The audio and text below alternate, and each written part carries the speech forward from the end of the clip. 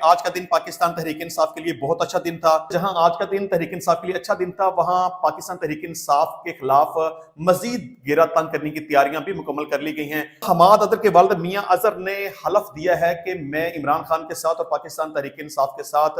وفادار رہوں گا۔ انہوں نے ایک ویڈیو ریکارڈنگ بھی جاری کی۔ اس کے علاوہ عمران خان کا آج سائفر کے کیس کی سماعت تھی۔ السلام علیکم، میں ابرار احمد مہر ایڈوکیٹ۔ آج کا دن پاکستان تحریک انصاف کے لیے بہت اچھا دن تھا، کیونکہ پاکستان تحریک انصاف کے جو بڑے بڑے نام جن کے کاغذات نامزدگی مسترد کیے جا چکے تھے، ان کی اپیلیں منظور ہو چکی ہیں، ان کو الیکشن لڑنے کی اجازت مل چکی ہے۔ وہ کون سے بڑے نام تھے، اس کو ہم ڈسکس کریں گے۔ اور اس کے ساتھ ساتھ جہاں آج کا دن تحریک انصاف کے لیے اچھا دن تھا، وہاں پاکستان تحریک انصاف کے خلاف